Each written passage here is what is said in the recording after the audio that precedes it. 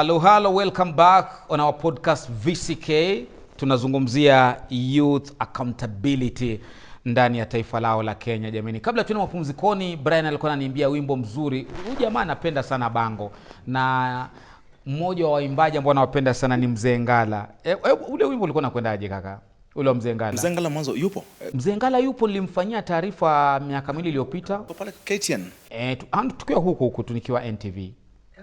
Anapiga nyimbo zake. Mashirima tena aliwahi kusema naye. Alifanya chimbuko la bango, alafu baadaye nikaenda kusema naye nyumbani kwake pale Freetown. Alikuwa jiranie mwenda zake, Mungu ailaze roho yake pema peponi, Leonard Mambo Mbotela. Ndio maana pia sauti zao ni kama zinafanana, zina mkwaruzo pale ndani. Kwa kina Kazo si mbali. Ndio huo wimbo sasa. Kwa kina Kazo si mbali sana kwa kina Mambo Mbotela. Kwa kina Kazo. Kwa kina Kazo ni mbali. Kwa kina Kazo ni Malindi, na kwa kina Mambo ni karibu, na kwa kina Mzee Ngala. Sasa ule wimbo wake ule, naomba watu wasifikirie wewe ni mchache. Bana wewe wataanza watu mambo ni ya maana sana. Wimbo unajulikana kama, unajua huo wimbo ndio utanifanya niendelee. Kazo wa Malindi, nipate nguvu kidogo. Kazo wa Malindi. Na mbona basi nani Ngala aseme kwa kina Kazo si mbali, alafu anasema ni safari ya saa 2. Yeye mwenyewe kwao ni Malindi, lakini akahamia Freetown. Lakini kwao kabisa ni Malindi. Kwa hivyo kwa kina Mzee Ngala na kwa kina Kazo ni karibu. Alisema ni mwendo wa mwanzo, alikuwa anapiga hesabu za kutoka, alikuwa anapiga hesabu za kutoka Freetown mpaka Malindi. Anaangalia Freetown mpaka Malindi ni muda wa saa 2 kweli, ukiwa na gari mbovu. Lakini jamani, Mzee Ngala huyo ananikumbusha kwamba vijana wameamua kuja na nyimbo zao. Manake hizi nyimbo zilikuwa za kutukosha nafsi, kututuliza nafsi wakati umetulia pale. Lakini sasa nyimbo ambazo zinatungwa sasa hivi pia zinatumika katika kutumika kwenye mavuguvugu. Kwa mfano kama Mapangale. Mapangale. Yaani hakuna mambo ya Kazo ni wangu mpaka saa ngapi. Lakini napenda sana bango. Maana bango ni kama rumba. Naam. Ni muziki taratibu.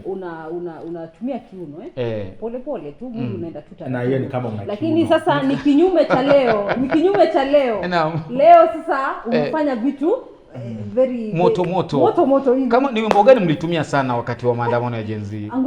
Anguka nayo. Naam. Na mpaka sasa wimbo unatumika. Mpaka unatumika. Ulienda international?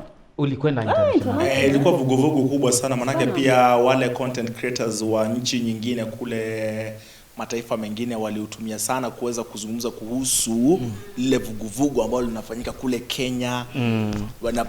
Na pia niliona wazungu wa Marekani wakicheza Anguka nayo. Ilikuwa kubwa sana kwa sababu hata wakati aliyekuwa CS wa youth Babu na Mwamba, ule wimbo tuliucheza pale. Kuna wakati tulikuwa tuna launch ile program inaitwa Talanta ya Talanta Who's Next.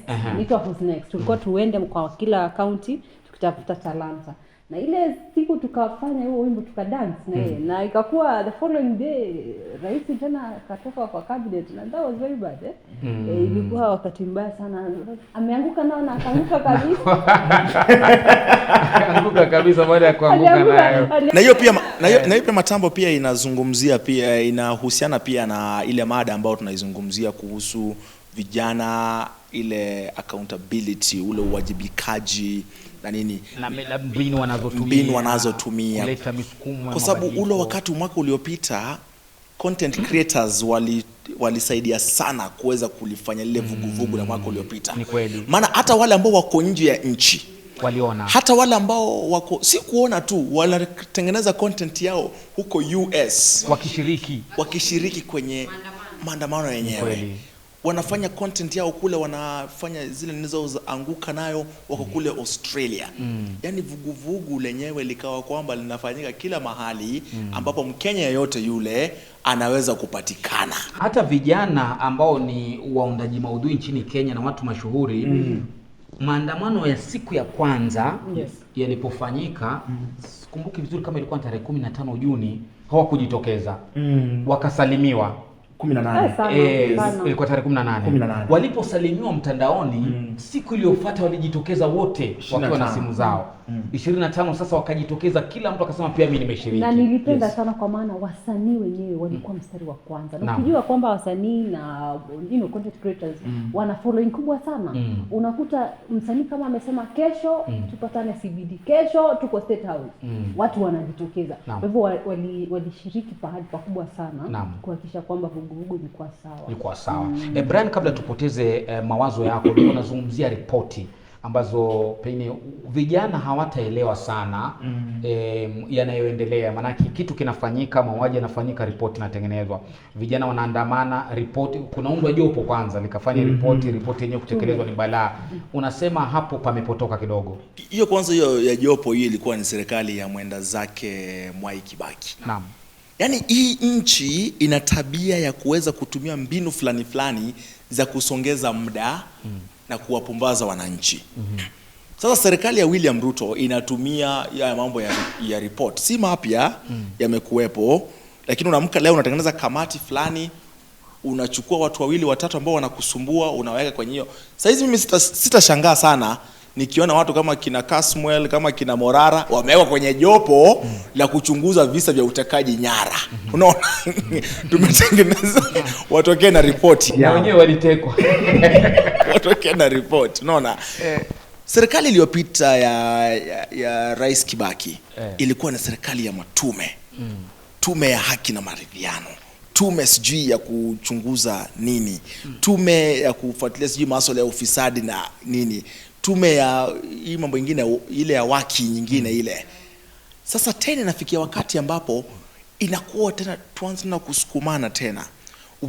We now get into another conversation of signing another MOU to implement a report. NADCO. Iligonga mwamba. Ikatafutiwa mkataba. Yes. Ili iweze kutekelezwa. Na ndio maana nafurahia sana rais alivyosema kwamba wajinga waliisha. Na ndio maana watu wanaona haya mambo yote. Watu sio wajinga. Unaona? Watu sio wajinga, wanaona haya mambo yote. Mbona tutafute mkataba wa kuimplement report? And for you to capture the media and to make the media say good things about mkataba wenyewe, unaweka pale ndani a clause. Ukiangalia zile 10 points, ziko na clause ya kila mtu. Ziko na vijana, inclusivity. Kweli. Vijana waone kwamba wako part of ule mkataba. Ziko na wanahabari, masuala ya uhuru wa wanahabari. Zina masuala ya haki za kibinadamu, tuzungumzie mauaji ya kiholela na utekaji nyara. Ziko na ule mkataba zile hoja 10, mojawapo ni hoja kuhusu, unaelewa kweli? Kwamba unasema hizi hoja, for you to control everybody, you make them appear to be part of the pact. Unaona? Tumesema wanahabari nyinyi pia mko hapa.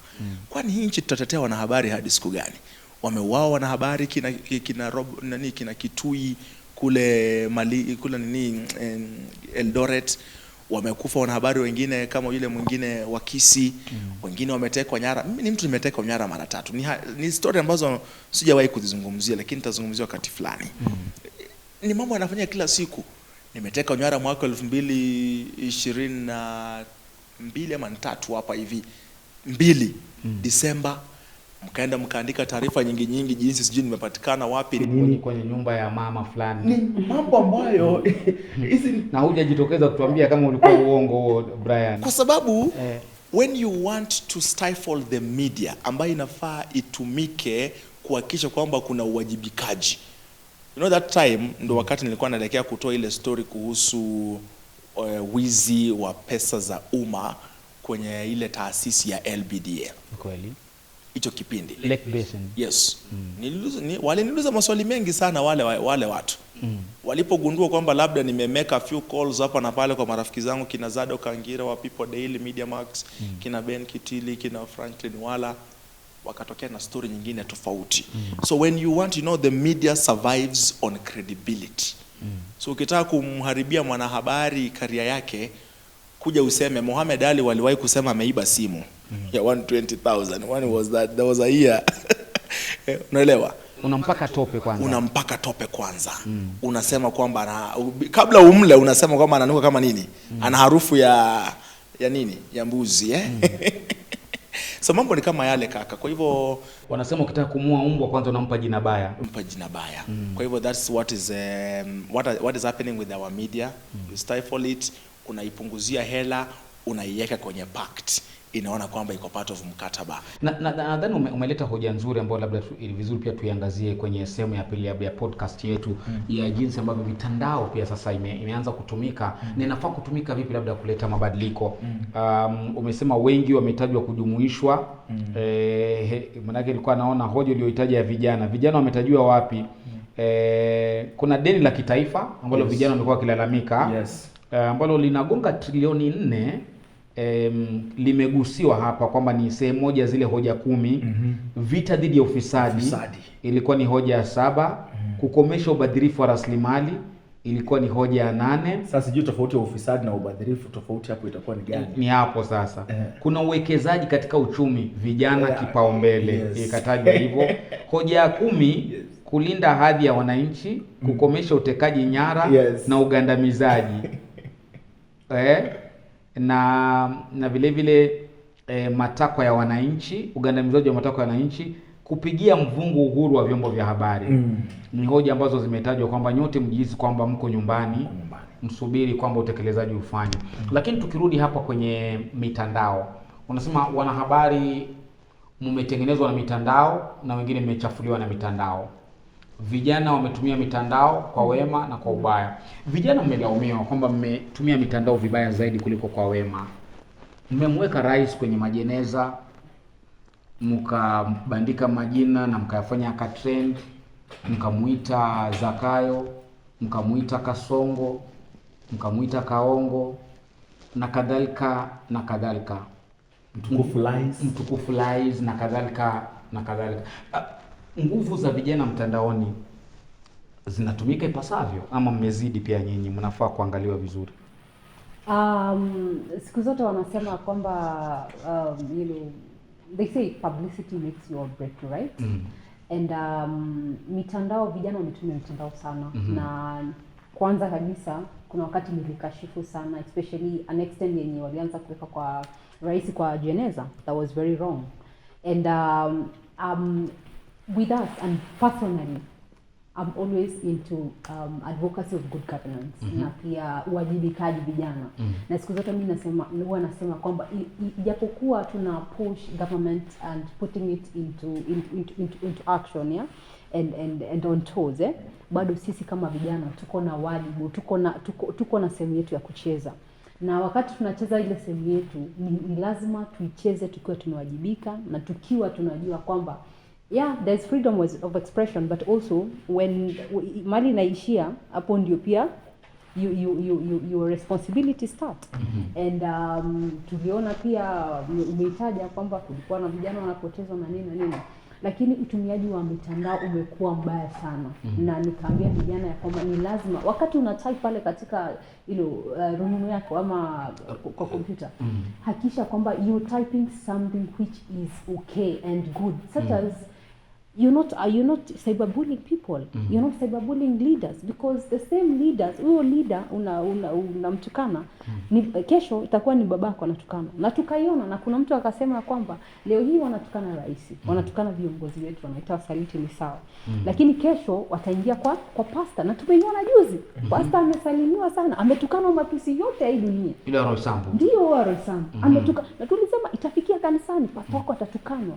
Wewe kama mchungaji utatukanwa kama tutakomesha. Kwa hivyo tulifika next and hadi saa hii tunatumia mitandao kibaya. Na pia umetaja sehemu ya media, and I would love to say that media at some extent mnatumia the freedom of media at some point in the wrong way. Why? Unapata kwamba of late unakuta caption yenye iko katika newspaper. Yaani siku hizi hata mnatumia Kizungu na Kiswahili pamoja. Ni newspaper ya Kizungu. Ni newspaper ya Kizungu, lakini utakuta ya kwamba hata imetiwa chumvi. Imetiwa chumvi nyingi sana. Such as ni chumvi ya kuibua hisia kwa vijana ambao already they are agitated. Already people are mad.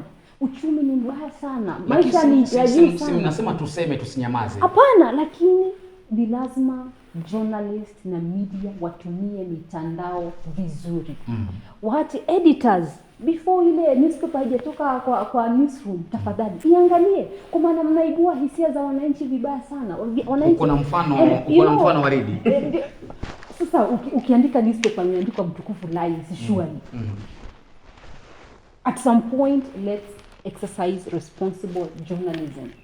Yeah, because some of our reporting zinaibua hisia mbaya sana kwa wananchi. Na ujue tuko karne ambapo kwamba teknolojia imefika hadi mashinani.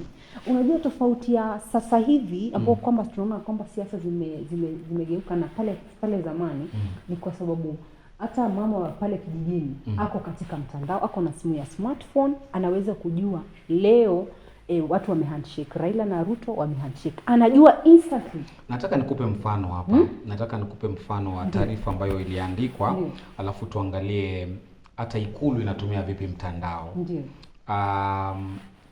Hiki ni kichwa cha gazeti la The Standard. Umeipata?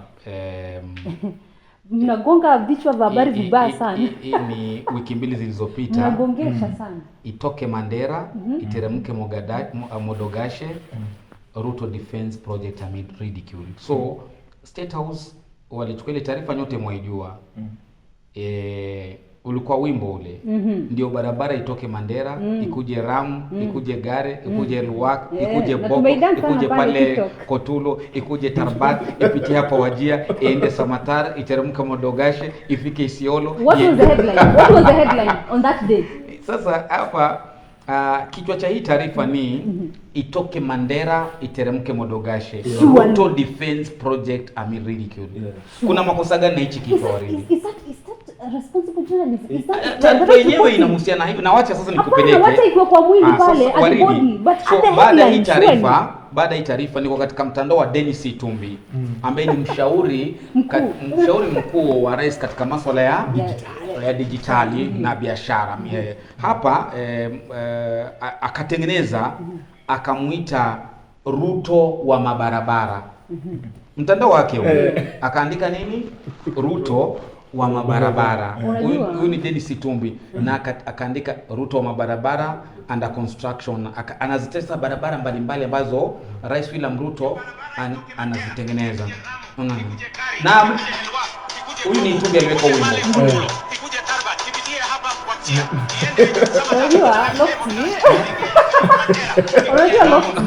Unajua Lofty. Sasa kwa nini Ikulu wenyewe ma keyboard warriors wa Ikulu walichukua jinsi ilivyo na wakaiweka, lakini hapa gazeti limesema tu itoke Mandera, iteremke Modogashe, na imeweka in quotes. Na wameweka in quote actually. Unasema ndio hii.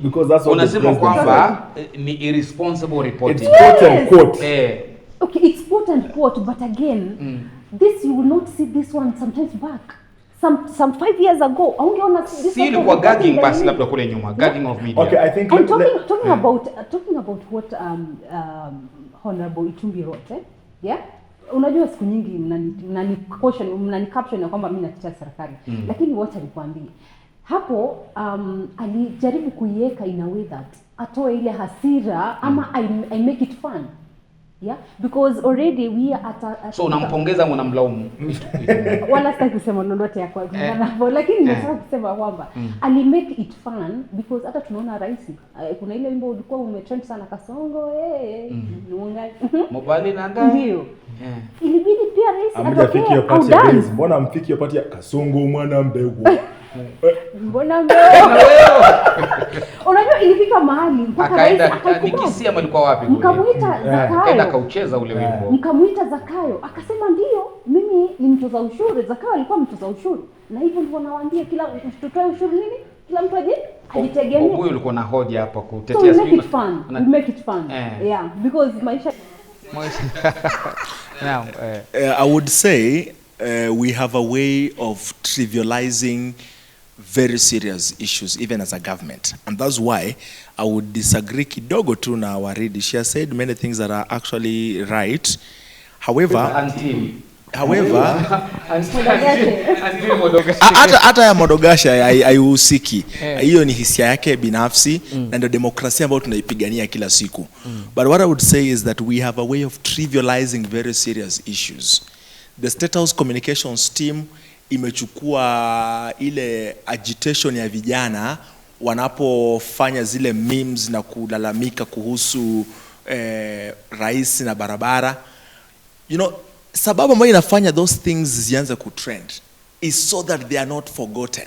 Okay. We have seen pictures of Mr. William Ruto having launched roads or projects when he was the deputy president, when he was the president, and when he was the deputy, then Uhuru relaunches, then now he's launching them again. Morara has been on that thing. And that's a serious thing we are trivializing. Kwa hivyo tunapoweka pale hivyo itoke sijui Kotulo iende Modogashe iende wapi, ni ili kwamba bwana rais asije akasahau na hiyo barabara. It is one thing to say, manake nakumbuka pia rais alisema wanawake watakuwa wanapewa diapers kwa miezi mitatu. Miezi mitatu within the first 100 days. You know, Lofty, there is nothing as wrong. We are talking about accountability, uwajibikaji. That is why we are sued for defamation in the media, because we are being responsible or being held to account for what we say. Tukisema umeiba, uende kotini useme hujaiba, we are prosecuted, we are fined for that. Rais anaposema kwamba tutatengeneza 10,000 kilometers of roads in Laikipia. Jamani, can Laikipia alone hold 10,000 kilometers of roads? Tukisema tumejenga, angalia kama Waiyaki Waisaizi, inabidi kufanyike maandamano ili ile bridge ya Waluya pale Kangemi itengenezwe. Ile bridge kuna bridge moja pale wakati libomolewa, jamani, Waluya tulikuwa tunajipata town na tunataka kushukia wapi? Kangemi. Niweke kwa bridge, kumbe ushafika university way.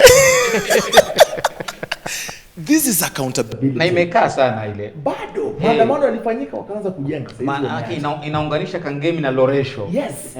This is accountability, and we cannot trivialize accountability. The president. Kwa hivyo unasema kwamba kikosi cha wanadijitali kutoka Ikuluni kinaleta mzaha kwenye masuala ambayo yanaumiza Wakenya. Exactly. Wayaache pale pale kwa Wakenya, wasiyabebe pia wao kuweka mitandaoni mwao. Lakini jamani, huu wimbo ulitoka pale TikTok. Content creators ndio waliweka mpaka beat. Naam. For accountability. Ndio ikachukuliwa na Ikulu. Exactly. Sasa Brian anasema kuna haja gani wauchukue? Unajua when they take the song, they trivialize the message. Wanafanya ile moja iwe ndogo, iwe finyu. You are trivializing the seriousness of the matter. Kwani, why would anyone be abducted for putting a president in a casket? Why would you do that? The president should question himself, why do people want me dead? You know, that is a very serious matter. Today you wake up and you find yourself in a casket. In defamation law, an institution cannot be defamed. And the presidency is an institution. That's why leo hii nikisema the police are corrupt, no one can sue me. Because the police is an institution. When I say kwamba the presidency is compromised, jamani, mbona nitekwe nikuje nichukuliwa pale kwa butchery huko Uthiru? That's why I am saying the youth that you lead are using, saizi our country is on a free fall. Only free fall. What you are saying on Twitter, aura for aura. Yes, wakikuja watake mtu mmoja, unasikia polisi wamepigwa, wewe ulikuwa kwa desk. Ulikuwa kwa desk. Ile siku polisi fulani karibu wapigwe, sijui ni Kirinyaga ama ni wapi. Unakaa hivi unasikia polisi wamekuja, uwezi endesha gari lako la Subaru kwa amani because wanataka kwanza ushuke, toa ID yako wewe nani. The country is on a free fall. Hata ile lako utumii tena siku hizi. But Obuya, lakini wacha tuseme ya kwamba let everybody be responsible on their actions and what they are doing. The government can only take the lead. You know, accountability inamaanisha kwamba police cannot behave like criminals. Those are two different entities. Wakati ni kama sasa hizi wakora ama wezi wanaua watu kwenye streets huko. Alafu leo hii nasikia mtu kwenye mtandao anasema polisi wameua mtu, anasema ni sawa kwa sababu hata wakora wanatu. So what is the difference between a police officer who is supposed to the rule of law na yule jambazi basi? If each of them, if anyone can kill at any point. Kazi ya polisi ni kumshika huyo mtu na kuprosecute them. It is the rule of law. So there has to be a difference between those two things. Kwa hivyo serikali haiwezi kuja ikateka mtu nyara because they believe ati amechora silhouette ya president akisema silhouette ya president sijui ameweka wapi.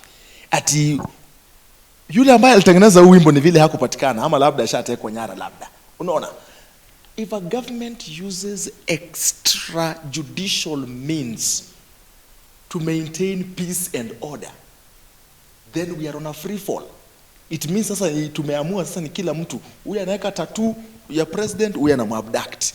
Huyu anakiabduct, huyu wakimshika wanampiga wanamuua. That is not a democratic. That's a banana republic. I mean, we are on a flow of a country that is governed through anarchy. I mean, that is the path of anarchy. Kwa hivyo mimi siwezi nikala, I agree with you. It's a misuse. It's the misuse of the it's against the 2018 Cyber Act. Sindo? It's criminal. It's wrong. However, if that is how the government wants us to behave, mimi sioni shida hawa vijana wakibehave hivyo. Na bila shaka mambo yamechacha, mambo yame anavyosema Ronnie Reagan huko nje hapa ndani. Hapa ndani. Na ukumbuka wimbo wa kijana anaitwa Alpha Mwana Mtule. Yeah. Juu kama mnamjua, anaimba gospel, japo ana yake ambayo ilitokea wakati fulani, lakini alimba akasema yani polisi ashirikiana na jambazi. Je, mlinzi atakuwa nani? Yani polisi ashirikiana na jambazi, basi mlinzi atakuwa akaimba, na ndio haya ambayo mnayazungumzia, lakini nadhani tutamalizia hapo kwa sasa, lakini nitakuwa namleta kijana Jacob, lakini pengine nikupatie, kuna mahali ulinikatizia. Nilikukatizia wakati nasema kwamba tofauti ya siasa za leo hii na siasa za hapo zamani ni kwamba sasa hii teknolojia, watu wamesoma, and hadi kule mashinani mtu ako na smartphone. Kwa hivyo ana ujuzi ama anaweza kujua kwamba what is happening in the country and even outside the country. It's a global village right now. Na hiyo ndio utofauti. Na ndio nikasema kwamba let everybody be responsible of their words and their action. Kila mtu akae nafasi yake. Na ndio nasema ingawaje government kuna mambo kama hayafanyi, nafasi za vijana hazipo, sauti ya vijana haisikiki. Lakini sisi kama vijana, what are we doing? Can we be also responsible on what we're supposed to do? Kama sasa kama KYO, we are pushing for an increment. Agro, that amount from 30% to 20 or 50%.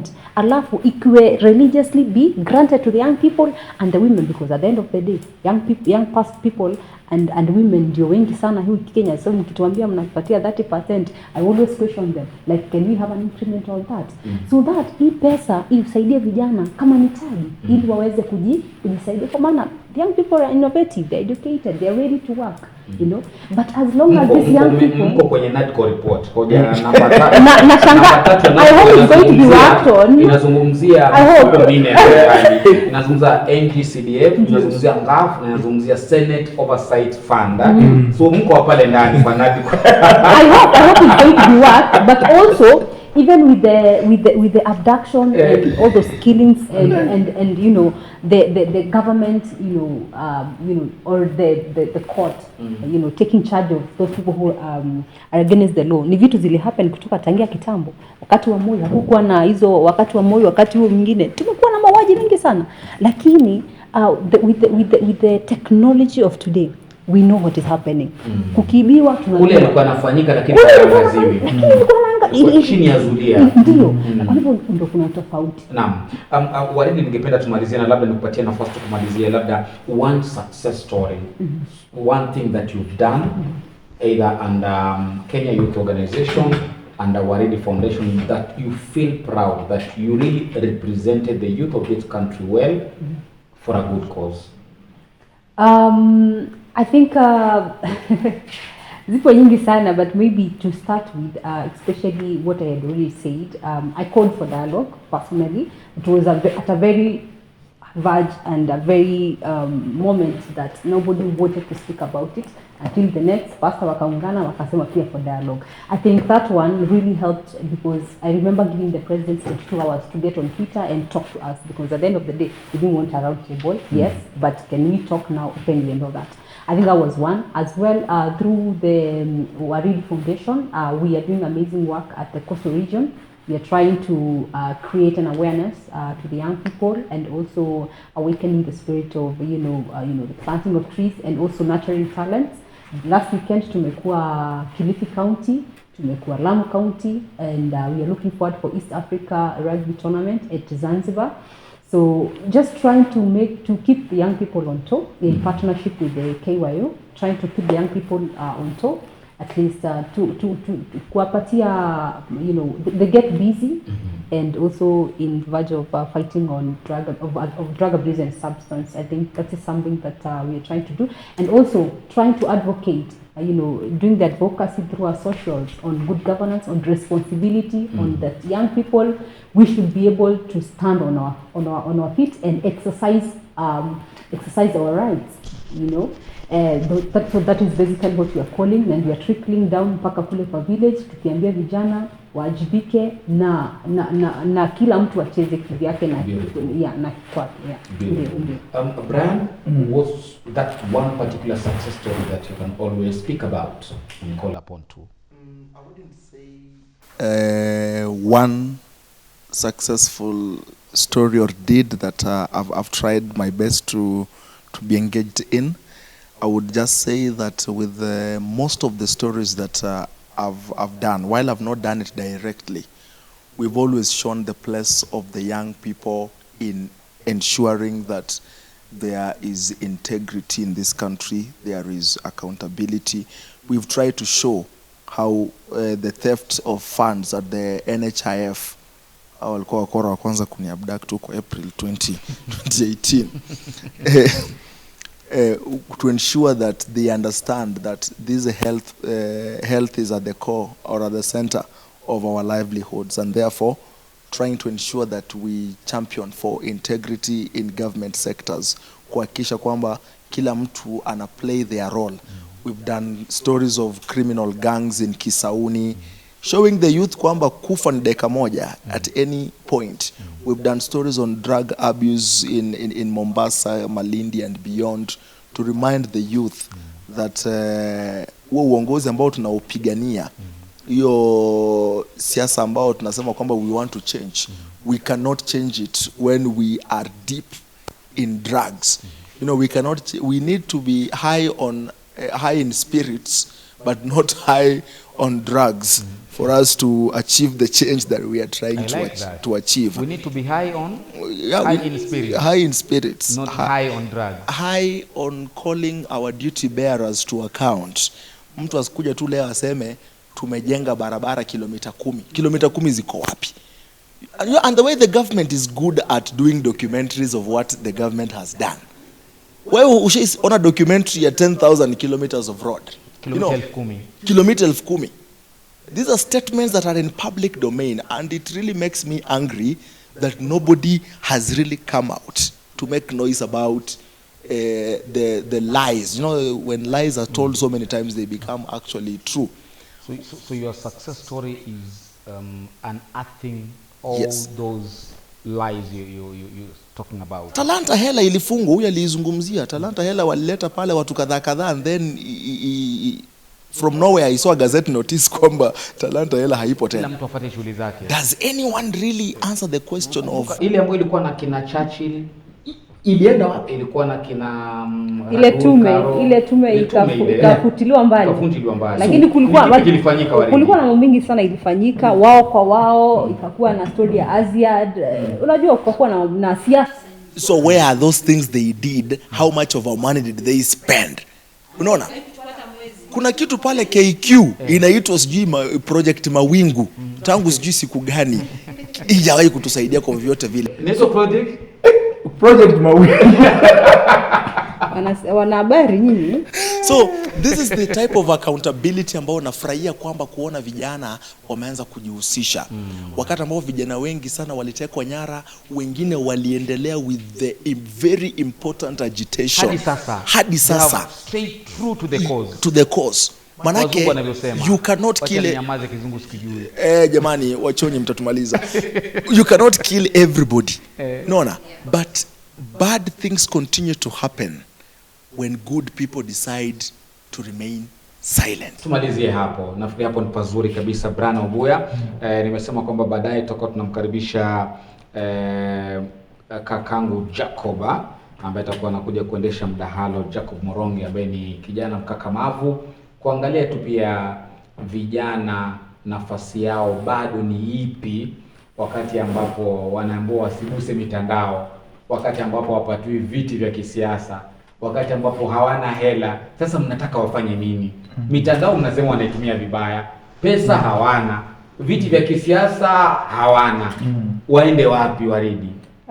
Ndio maswali ambayo wanajiuliza, na yeye atakuwa anakuja kutuuliza, tutamjibu sisi pia. Mimi nitakuwa kwenye radio jopo kwenye kipindi kijacho, on our next episode ndani ya VCK podcast. Jamani, mimi naitwa Lofty Matambo. Asante sana Brian Obuya ambaye ni mwanahabari tajika mpekuzi, na vile vile Jennifer Waridi ambaye ni Lofty. Nimesahau. Kwa nini? Nimesahau kusema kwamba tumefikishia visodo wasichana zaidi ya 9. Visodo ambao zinakaa kwa muda wa miaka 5 kupitia kwa Waridi Foundation.